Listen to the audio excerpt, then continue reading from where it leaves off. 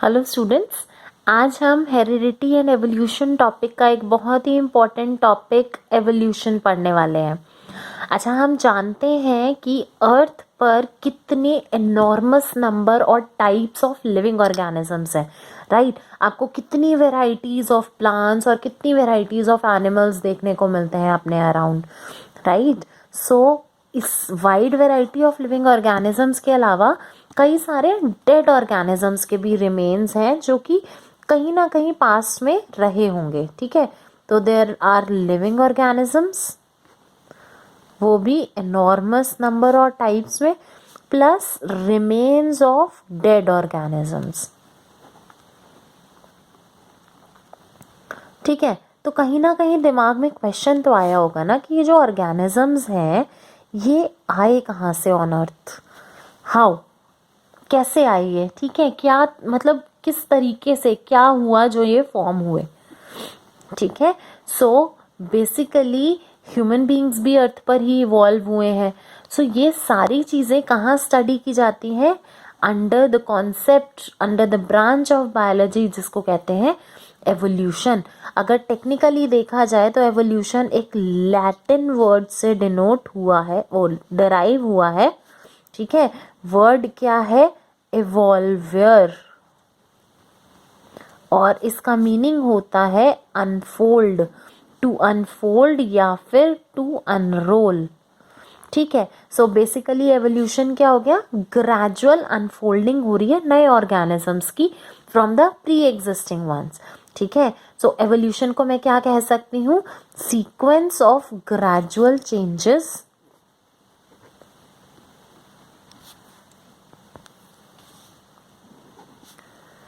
sequence of gradual changes in the primitive organisms over millions of years। पुराने organisms में gradual changes होना over millions of years, जिससे कि एक नई species बन जाती है। इस प्रोसेस को कहते हैं एवोल्यूशन, ठीक है। अब क्योंकि ये लिविंग ऑर्गेनिजम्स में हो रहा है इसलिए इसको क्या कहा जाता है? ऑर्गेनिक एवोल्यूशन, ठीक है। ये चीज़ क्लियर हो गई है। अच्छा, अब क्या है कि दो जो कांस्टेंट प्रोसेस है एवोल्यूशन का वो हो रहा है ऑर्गेनिजम्स में। जब से अर्थ ओरिजिन हुई, अर्थ लाइफ का ओरिजिन हुआ है तब से, ठीक है। तभी तो इतना इनॉर्मस वैरायटी ऑफ प्लांट्स और एनिमल्स देखने को मिल रहा है, ठीक है। ऐसा तो नहीं है ना कि कल एवोल्यूशन शुरू हुआ और आज इतने सारे ऑर्गेनिजम्स हो गए, नहीं, वो बहुत टाइम से होता आ रहा है। That's why there is an enormous variety and number of organisms around us, ठीक है। अच्छा, जो प्रोसेस है एवोल्यूशन का वो अभी एक एग्जाम्पल बताती हूँ, उससे क्लियर हो जाएगा। ये एग्जाम्पल किसका है? टेरोसॉर, ठीक है। टेरोसॉर एक एंशियंट फ्लाइंग रेप्टाइल है। क्या है? It is an ancient flying reptile, ठीक है। ये करीब 150 मिलियन ईयर्स अगो अर्थ पर रहा था, 150 मिलियन साल पहले, ठीक है। तो ये क्या हुआ था? इसकी लाइफ कैसे शुरू हुई थी? एक बिग लिजर्ड के फॉर्म में, ठीक है, जो कि लैंड पर क्रॉल करती है, ठीक है। अब ओवर मिलियंस ऑफ ईयर्स, कई सारे ईयर्स जो हैं वो पास हो गए, इसमें ग्रेजुअल चेंजेस हुए, small folds of skin develop हो गए इसके फीट के बीच में, जिसकी वजह से ये एक पेड़ से दूसरे पेड़ में ग्लाइड कर सकता था, ठीक है। सो इसमें क्या आ गया? सबसे पहले एक बिग लिजर्ड था, इसके बाद एक ग्लाइडिंग लिजर्ड बन गया जो कि एक पेड़ से दूसरे पेड़ पर ग्लाइड कर सकता था, ठीक है। क्लियर हो गया? ये कैसे हुआ? फीट के बीच में कुछ स्मॉल फोल्ड्स बन गए स्किन के, ठीक। अब और फर्दर जनरेशन्स के बाद ओवर मिलियंस ऑफ ईयर्स एक और एवोल्यूशन हुआ और ग्रेजुअल चेंजेस इसके अंदर आए, जो ये स्किन के फोल्ड्स यहाँ डेवलप हुए थे और जो बोन्स और मसल्स उसको सपोर्ट कर रहे थे वो क्या बन गए? विंग्स बन गए, और इसको हेल्प किया किसने? फ्लाइंग में। क्या बन गया? टेरोसॉर। ठीक है, सो इस तरह से एक एनिमल जो कि सिर्फ क्रॉल कर सकता था वो क्या बन गया? एक फ्लाइंग एनिमल बन गया। सो इससे क्या हुआ? एक नई स्पीशीज का एवोल्यूशन फॉर्मेशन हुआ। ठीक है, सो ये किस वजह से हुआ? एवोल्यूशन की वजह से हुआ। आई होप आपको ये क्लियर हो गया। अच्छा चलिए, हमने तो ये पेपर पे पढ़ लिया कि ये एवोल्यूशन है, लेकिन पता कैसे चला होगा कि हाँ ये एवोल्यूशन हो रहा है, ग्रेजुअल चेंजेस हुए हैं? तो इनके कुछ ना कुछ एविडेंसेस रहे होंगे ना, जिसकी स्टडी करके ये क्लियर हुआ होगा। ठीक है, तो क्या है कि उनको हम अभी क्या कहेंगे? Evidences of evolution. ठीक है, अभी हम वो पढ़ेंगे। अगर मैं आपसे बात करूं कि डिफरेंट ऑर्गेनिजम्स में कई तरह के कॉमन फीचर्स होते हैं, राइट? यही चीज जो है ये हेल्प करती है in providing the evidences of evolution. क्यों? क्योंकि हम ये कह सकते हैं कि जिन ऑर्गेनिजम्स में कॉमन कैरेक्टर्स हैं वो कहीं ना कहीं कॉमन एंसेस्टर से इवॉल्व हुए हैं। ठीक है, तो दो स्पीशीज में जितने ज़्यादा कॉमन कैरेक्टर्स होंगे उतना ही ज़्यादा वो क्लोजली रिलेटेड हैं, और जितना ज़्यादा दो स्पीशीज क्लोजली रिलेटेड है उतना ही रिसेंटली उनका कोई कॉमन एंसेस्टर रहा होगा। क्लियर हो गया? सो अगर दो स्पीशीज की बात करूं तो अगर इनमें कॉमन कैरेक्टर्स हैं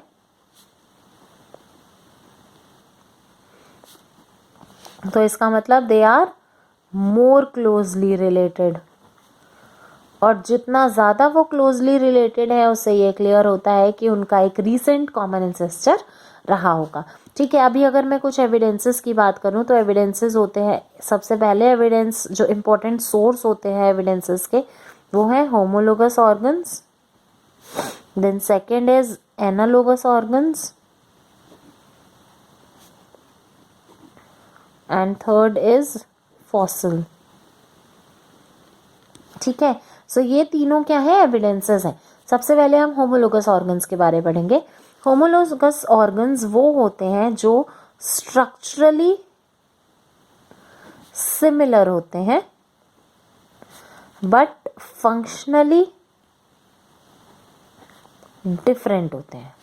ठीक है, तो ये ऑर्गन्स का जो बेसिक स्ट्रक्चर है, बेसिक डिजाइन है वो सेम रहेगा लेकिन फंक्शंस अलग होंगे। एग्जाम्पल देती हूँ।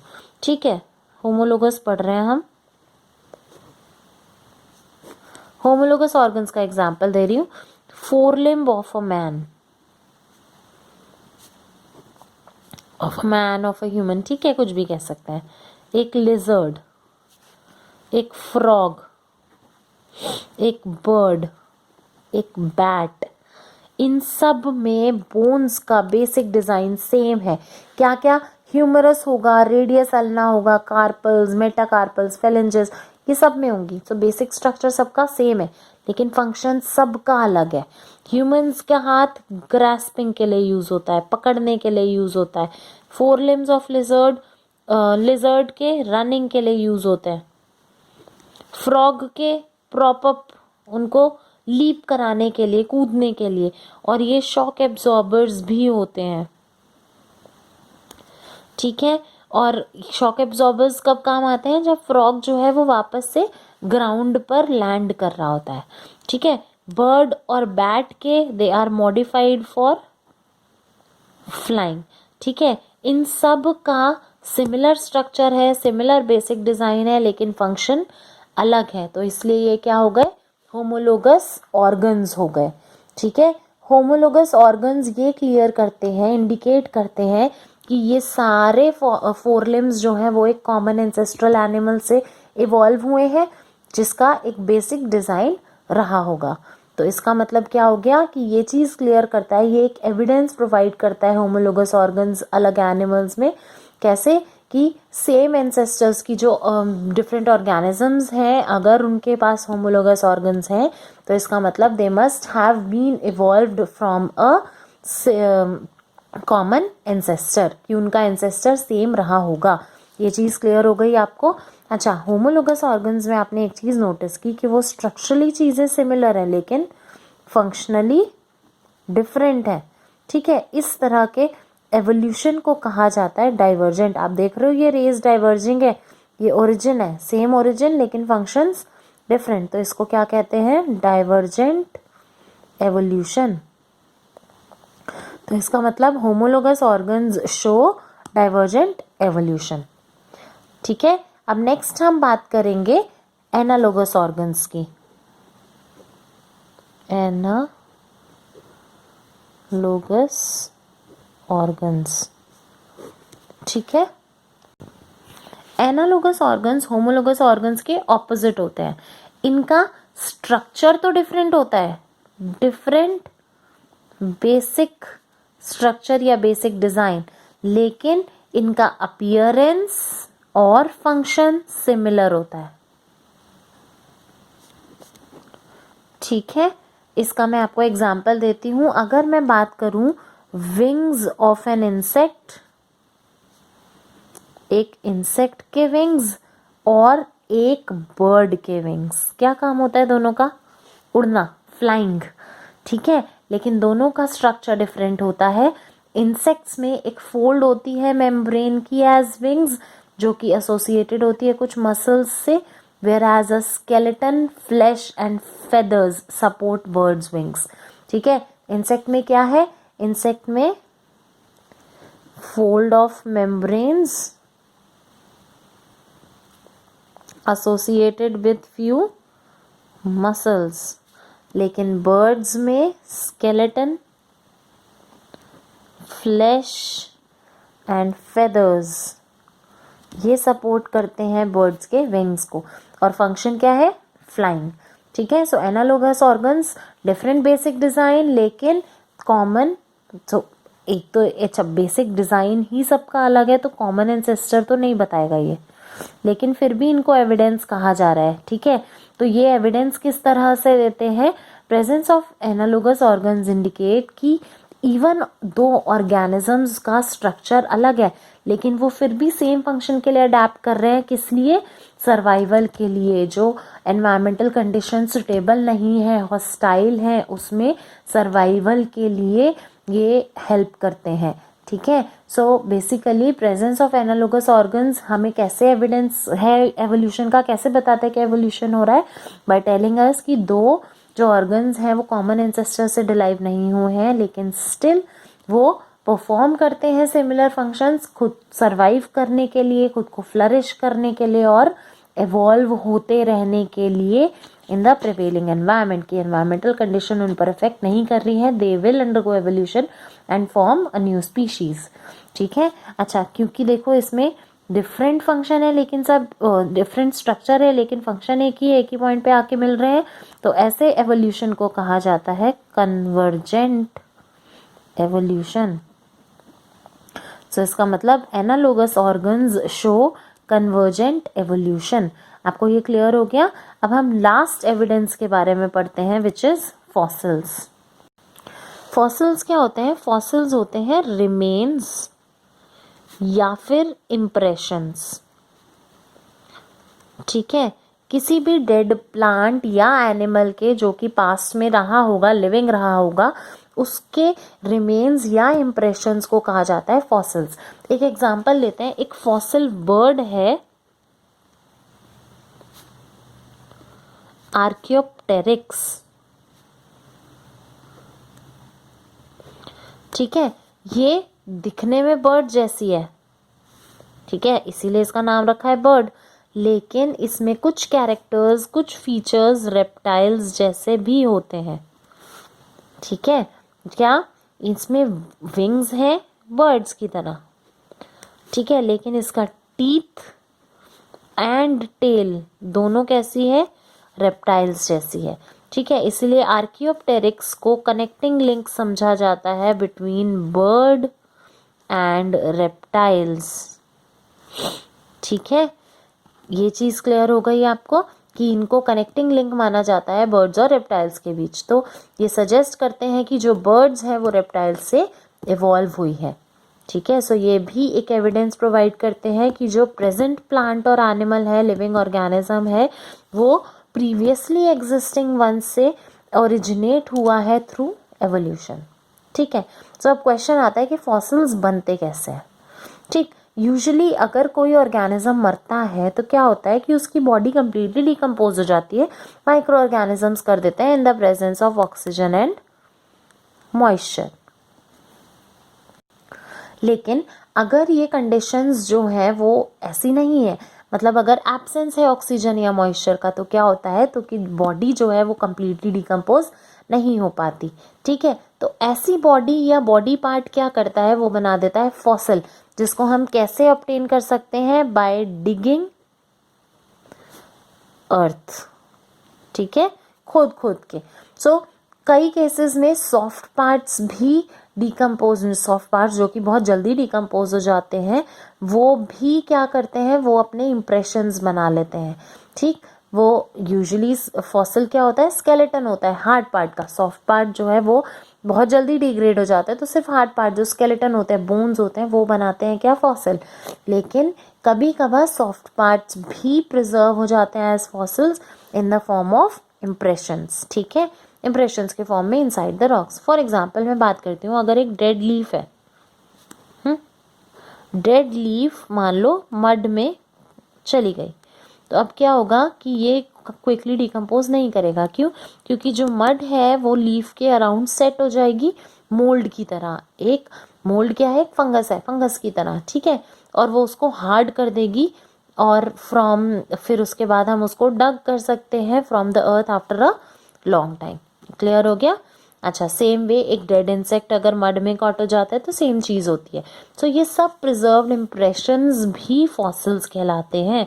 सिर्फ मैं रिमेन्स को फॉसिल्स नहीं कहूँगी, मैं इन इम्प्रेशंस को भी फॉसिल्स कहूँगी। ठीक है, तो फॉसिल्स को ऑब्टेन करने का पहला तरीका क्या था, डिगिंग अर्थ। अच्छा, अब एक चीज़ बताओ, मुझे पता कैसे चलेगा कि ये फॉसिल अभी का है, रीसेंट है या पुराना है? ठीक है, सो इसके लिए to determine the age of fossil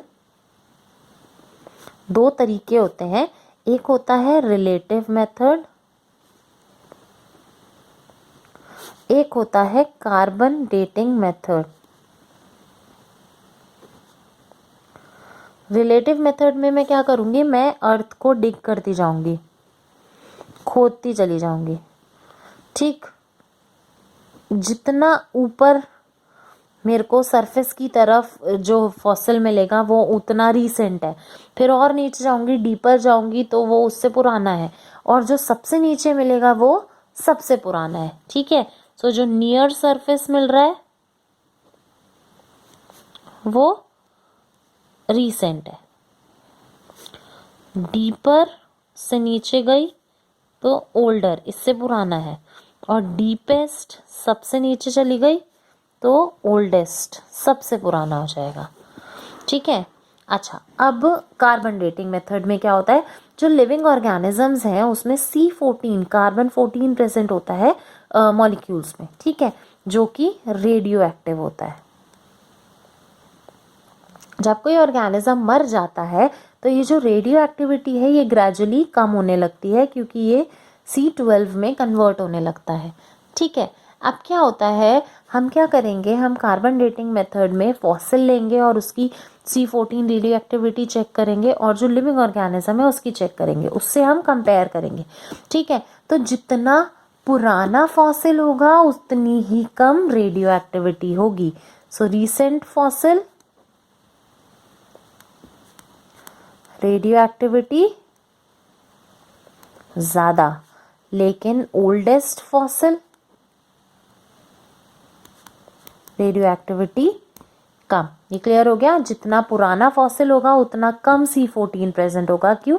क्योंकि ये ग्रेजुअली मरने के बाद डिक्रीज होता रहता है। ये क्लियर हो गया आपको? ठीक है, अब हम पढ़ लेते हैं टाइप्स ऑफ फॉसिल। टाइप्स या काइंड्स।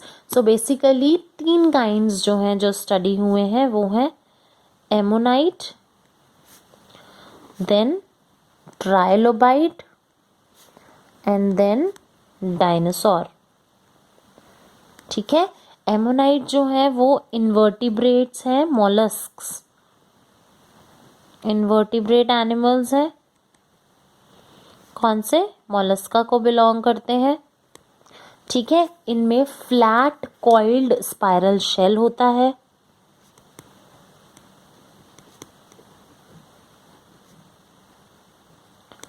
ये सी में रहते हैं, ठीक है, और ये करीब 180 मिलियन ईयर्स अगो सरवाइव किए थे।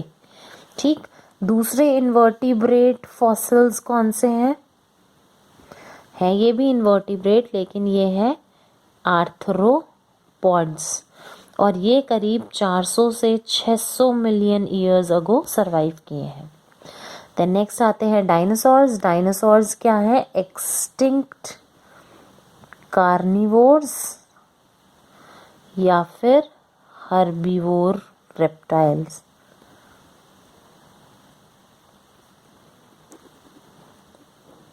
ठीक है, ये जो है डायनासोर जो है उसको कहते हैं टेरिबल लिजर्ड। ठीक है, इसका मतलब होता है जब इसकी एस्टिमेशन की गई एज की तो ये करीब 250 मिलियन ईयर्स अगो पाए गए थे, और करीब 65 मिलियन ईयर्स अगो ये एक्सटिंक्ट हो गए थे अर्थ से।